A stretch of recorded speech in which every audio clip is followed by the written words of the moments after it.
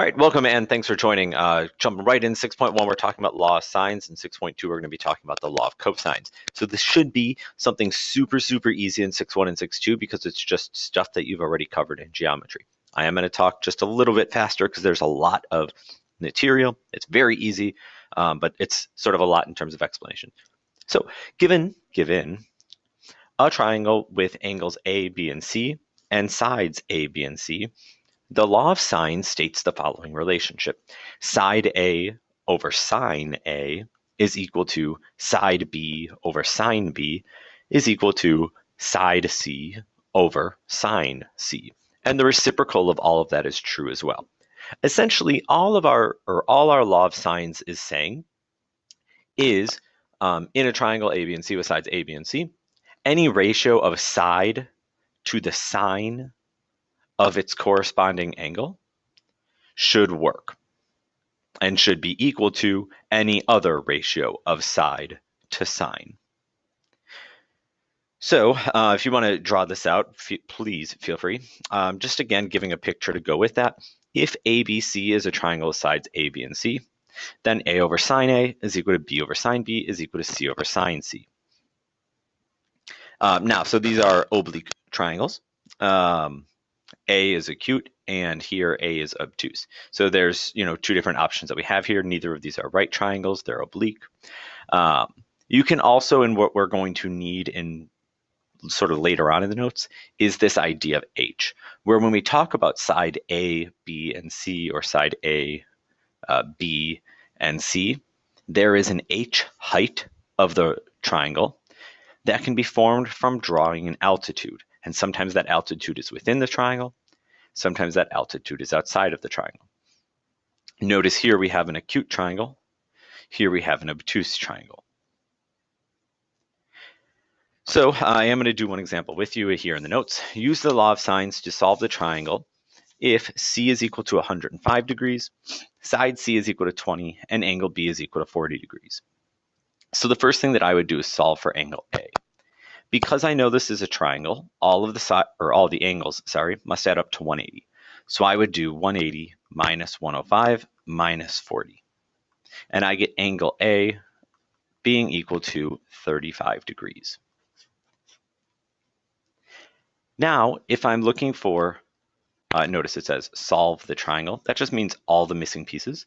If I'm looking for side lowercase a and side lowercase b, I set up a ratio of angle to side. So I know right away I have to use C because C is the angle that I know the side across from. I don't know what side A or side B are.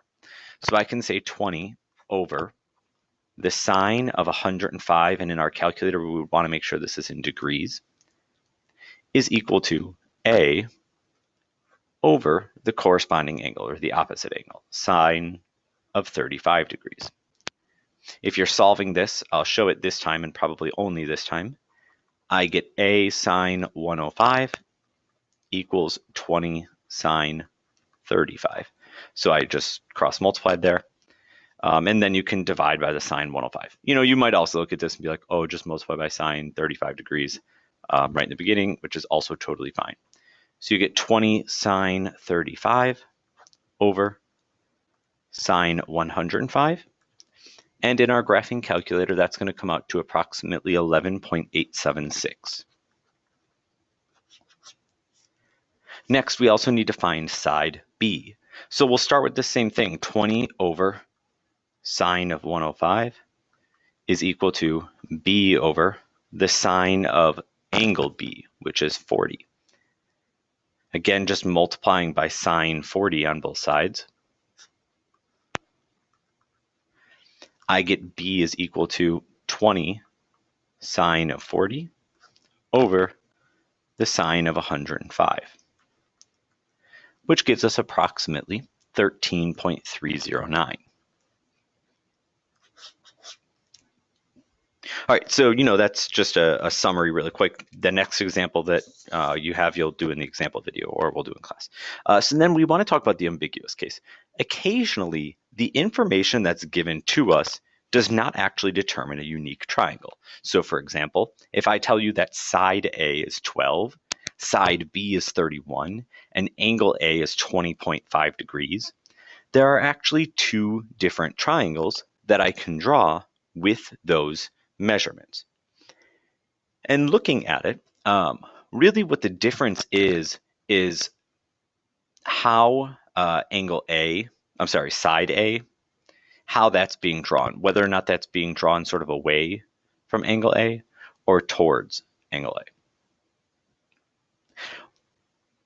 What we're looking for in the ambiguous case of the law of sines is any of those cases in which what you're given is side-side angle. So here I'm given a side, then a consecutive side, and then a consecutive angle. Don't worry about the spelling there. This side-side angle, what this is giving me is a case where I might have more than one triangle. And later in the notes, we'll talk about how we figure out exactly if there's more than one triangle. But in this case, I do have more than one triangle. I actually have two possible triangles. What you need to solve for first is the angle that is not interior to the two sides. So I need to solve for angle B first. So if I'm solving for angle B, I'm going to do this triangle first. What I would be doing here, oh, good, I wasn't sure if I had the picture.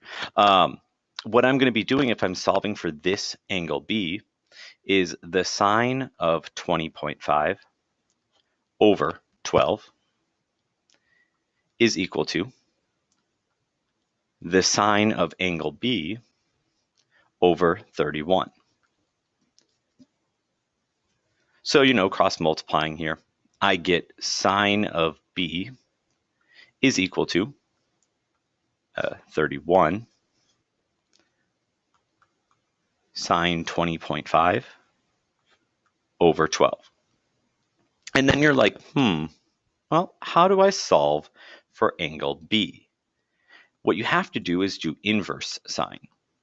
So inverse sine of 31 sine 20.5 over 12, which gives us B as being approximately 64.783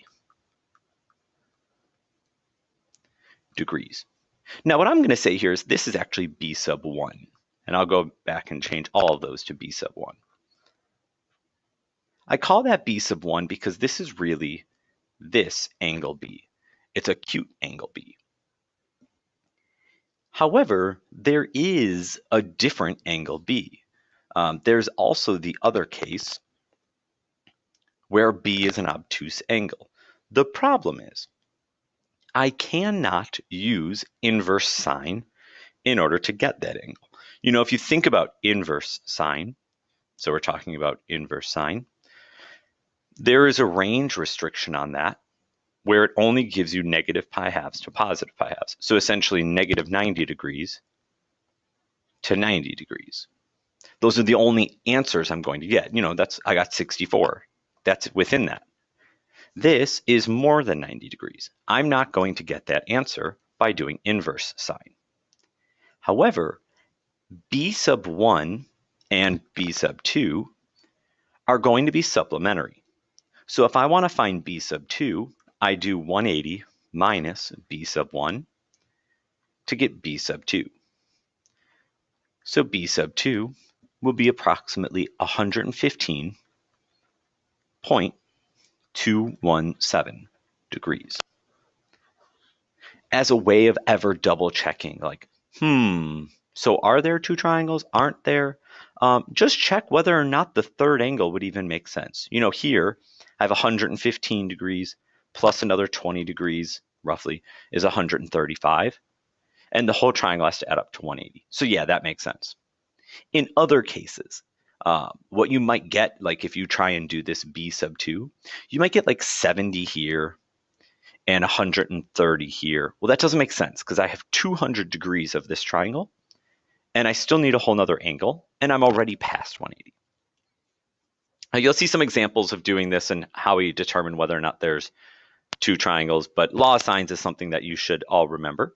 So here we're just solving for B. I'm not going to go and solve the rest of the triangle.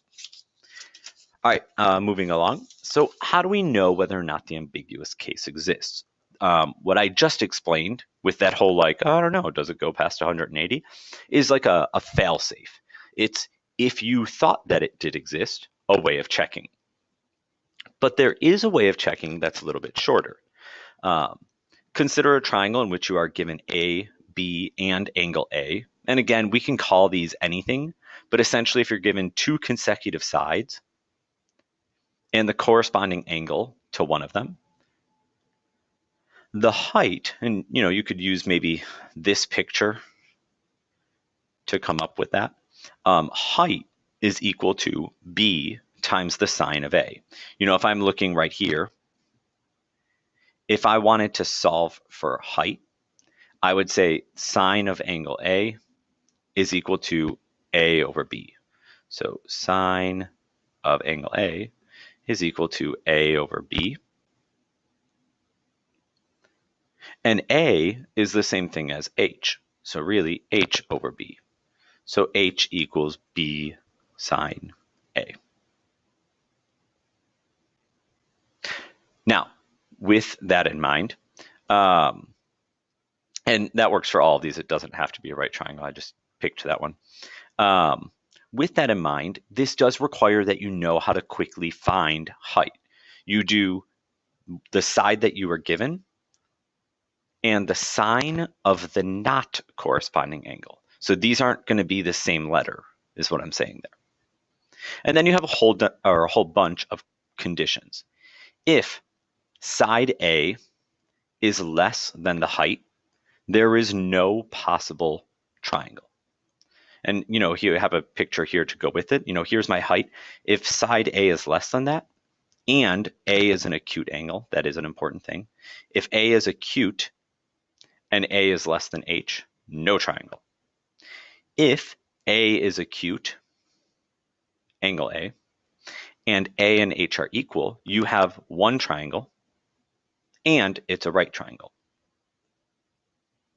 If A is acute, and the side that corresponds to the given angle is larger than this other side given, there is one triangle. If A is acute, and we'll deviate this here, and the side that corresponds to the angle given is between the height and the other side, you have the ambiguous case where there are two triangles. And notice this is the only case in which that happens, which is more work. Looking at the given angle being obtuse, if you are given an obtuse angle, there's no chance that there are two triangles. There's either no triangle or one. And that really just depends on whether or not the side that you were given, the side across from the obtuse angle, has to be the longest side. So if that corresponding side is not the longest, no triangle. If it is the longest, one triangle. So you might need to go back and rehear that and get further explanation, if you have a question on that. It's important, and it can be a lot quicker other than doing two triangles, or instead of doing two triangles. So I do some examples of just figuring out whether or not triangles exist. I have the solutions put in there, but I will go back and re-explain it, so don't worry, you don't have to write that down. The other thing I want to talk about then is finding the area of a triangle. So we all know area is equal to 1/2 base times height. So if we consider the triangle that's labeled here, A, B, C, where this is not a right triangle,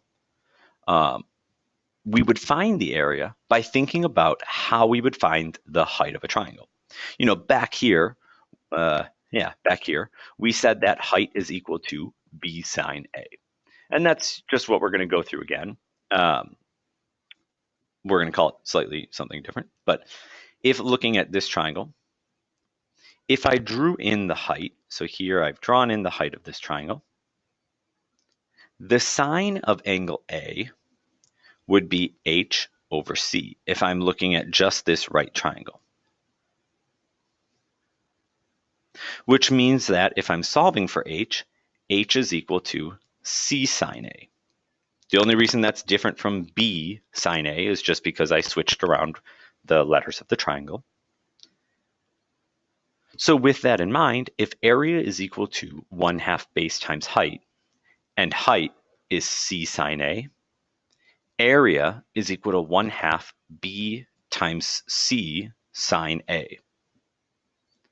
And this is, an area formula that you'll have to know then.